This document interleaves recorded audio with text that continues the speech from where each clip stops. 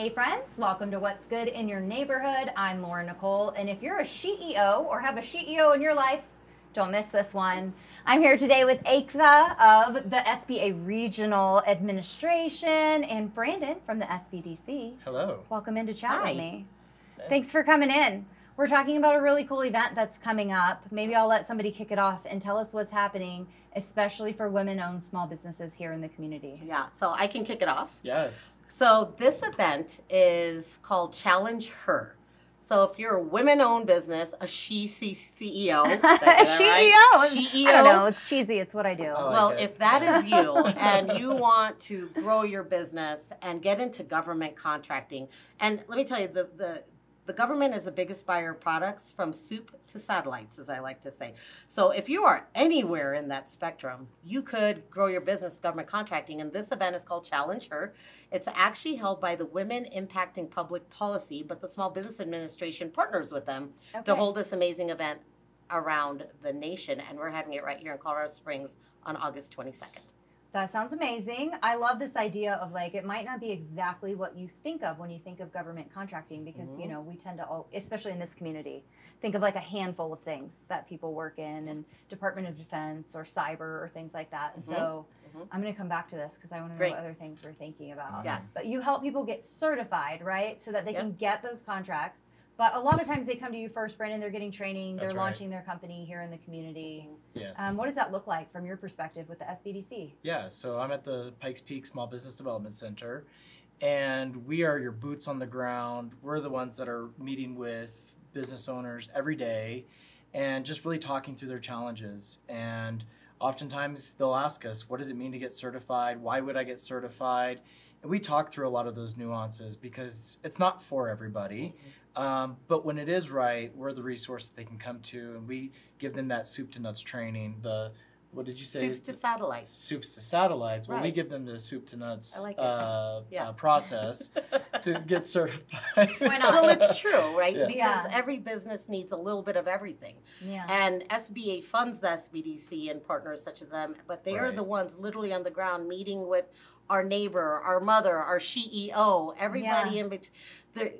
He is the one and his team meeting with them to really give them that one-on-one assistance on whatever they need. Right. And it takes a lot to get to government contracting. And when you're ready to do federal contracting, the SBA office steps in and helps with that as well. I love this So women-owned partnership. small business. So we've had a partnership for years. We've known each other for years, but we work together very closely for a reason. That's right. awesome. But I know, like, generally, at least what I think of when I think the SBDC and Pikes Peak SBDC is if you're launching or you're just starting or you're a new entrepreneur, you guys have trainings and workshops and how to get funding and how to price your products and all of those kinds of resources, right? Yeah. So about how long would you say after a woman's been in business and then should they consider like, hey, what's the next step for me? Should I get into contracting? Well, you have to begin with the end in mind. And so it really depends on who your demographic customer is going to be. Who are you targeting? Where's your contracts going to come from? How do you make money as a business? And if any element or any part of that includes some government or maybe even some corporate contracts, then that's maybe where certifications come into play. But we do way more than just your startup stuff. I mean, only about 20% of our clients are actually startups. Oh, no kidding. They come to us with cybersecurity plans. So we'll do like a risk assessment for your business, which is actually really prudent when you are exploring that government contract. So we'll help you with that CMMC certifications. Okay. So getting into that technical, like, I don't even know what CMMC stands for. Do you? Yes. Well, whatever. I know, right? Cybersecurity maturity All we've models. done is say letters so far. Yeah, You so- have another one. You were talking about WIPP earlier, and I was like, all I kept thinking when you said that was like that song, WIPP? Whip It. Yeah. Whip It. But women Anyway. impacting public policy, there's people out there working on behalf of women in business. How cool is that? Yeah, So, that's super cool. Sorry, we interrupted you with our letter No, alphabet soup. yeah, that's conversation. okay. That's our world. Yes. So at our core, we're helping you with your business plan. And that business plan informs everything else. Your marketing strategies. How many people are you hiring? What contracts are you going to pursue? What kind of insurance are you going to have? So when we look at your business plan, that's where we're sitting down in that private session, talking about these challenges. We want people to feel very comfortable to talk about their gaps, almost like a therapist. Like, tell me what's really like on your mind. What's really challenging Well, you I today? think you said something important. you have to think of the end at the beginning. Right. There's no reason to think you can't do a government contract. And what's great about this event is maybe federal contracting isn't where she wants to go. Yeah. Maybe it's local contracts. Maybe it's state level contracts. And those are some different certifications that we can provide information on as well at this event. Okay. So there's steps that you take to get to federal contracting, and there's sometimes you skip over those steps, sometimes you work through them, but we will be doing some matchmaking and providing technical assistance on site, and provide experts that can help that business know where to go next. Okay, so let's give some examples if we can, because I think we're thinking like really big picture of what do these companies kind of look like, who contracts with the government, if it's everything from soups to satellites. How do we know, if we haven't considered this before, that maybe this is something we should consider because you've got this great event? We might not even be leveraging all the resources that we have at our disposal. Right. Well, some industry stuff that I like to think about when it comes to this. We have several military installations nearby. And what if you're a retailer that wants to sell on post at Fort Carson and you want to get in and sell your product there? You might need to talk to somebody that's at a high level and be able to get your product in there. Maybe you simply sell lashes and you want to have a kiosk at the PX. That's right. That would be a good way for I us. see your lashes. Yes. Go for some lashes. I'm going for it. That's a great example, though, because those individuals don't think that they would need something to be able to get into those places. But, you know, those are great examples of that there's possibility for everyone. And a lot of times they're dirty jobs, right? Like they need HVAC contractors, they need roofers, they need electricians, and a lot of those are women-owned too. So I think this is a really prudent conversation to have. This event is going to really help kind of tie all of these concepts together and figure out what is my journey going to look like. So that's what I love about an event like this. And the event's free, so why not? So why not register and go to the event and just see what it's about for the day? And meet some people to help you through. Meet Brandon, meet his team that's right here in the community to help you with that next step. Exactly. And you guys are good, like really strong proponents of women-owned small businesses here, and we love that. But one of the things we were chatting about earlier is you were talking about some of the statistics about how much women-owned businesses contribute to the economy and the economic impact that we can have. Yeah. And so I don't know that any of us really realize kind of that size and the magnitude of that contribution.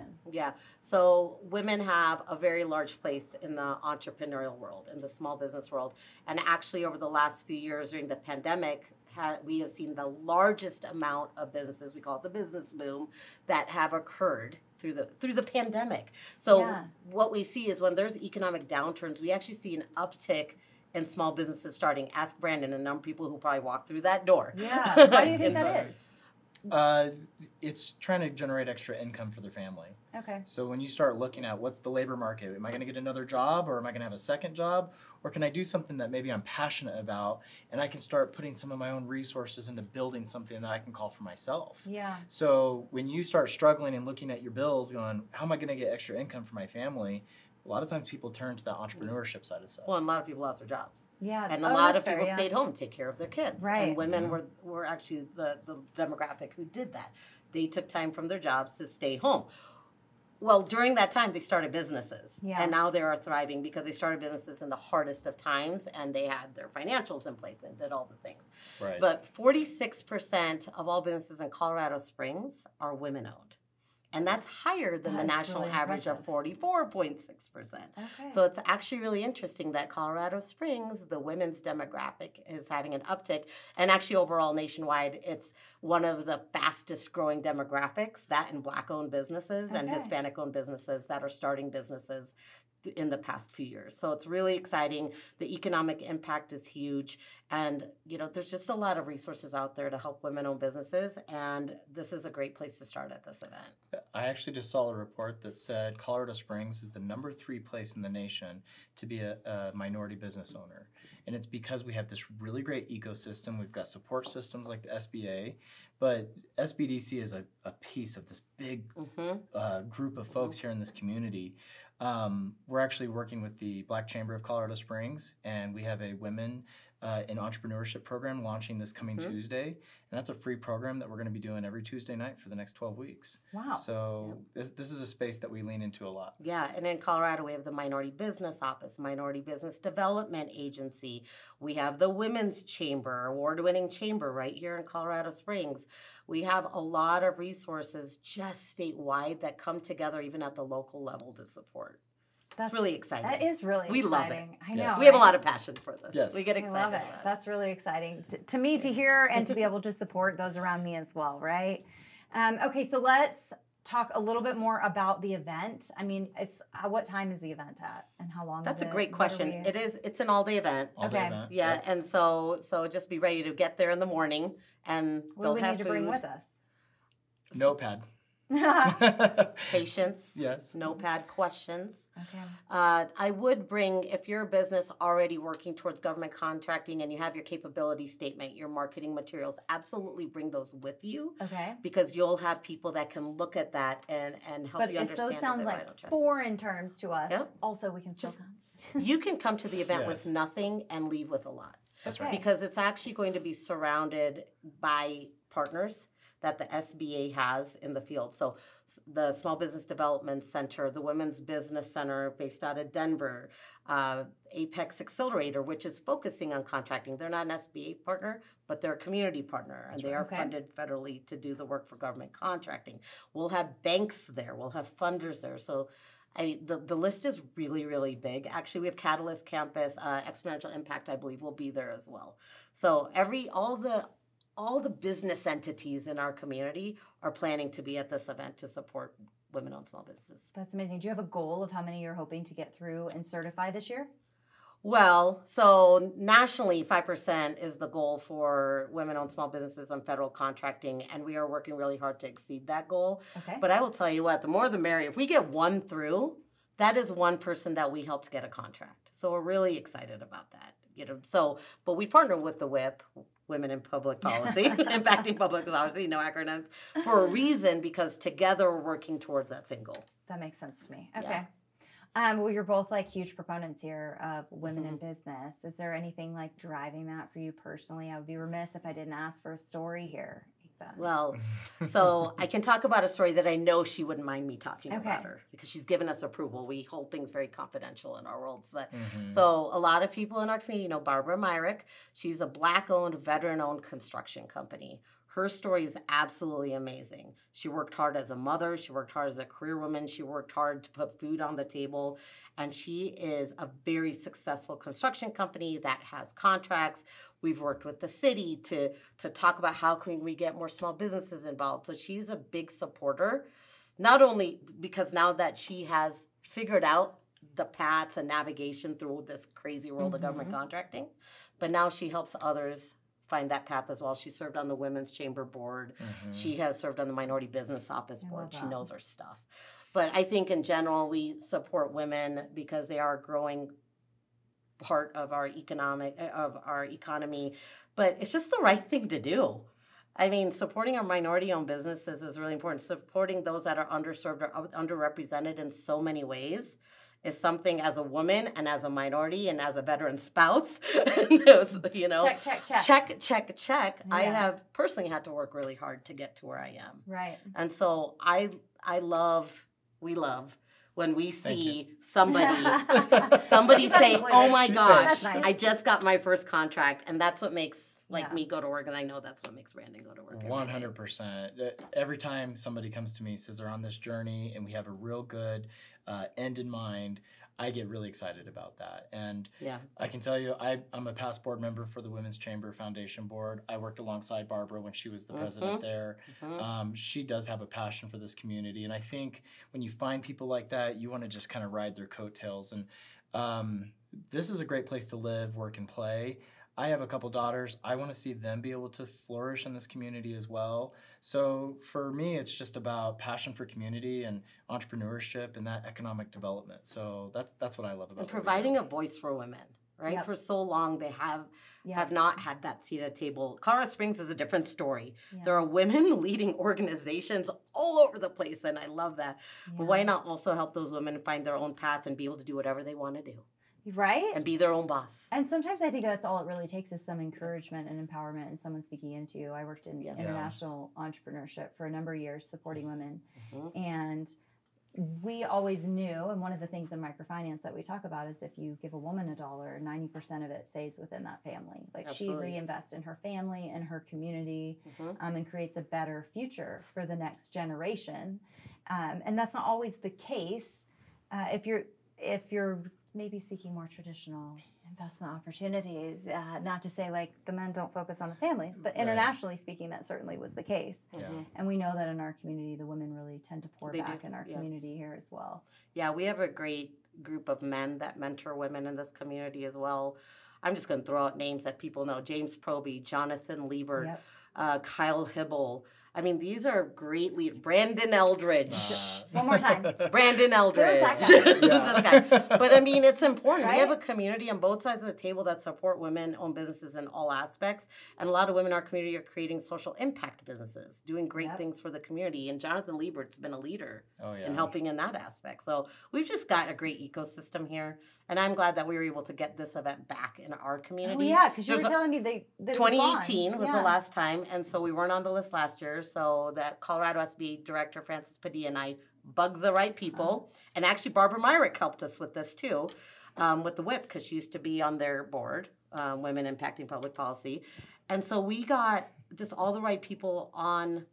On the phone, on email, do whatever we need to do, and we brought it back. No, it's fine. 250 people is what we're hoping. And we're already at like 200 people registered. Oh, great. That's amazing. And it's not even like it's the first day of August. So where's this going to be at? Where are you putting 200 people? I believe it's the Marriott on Rockerman. Yes.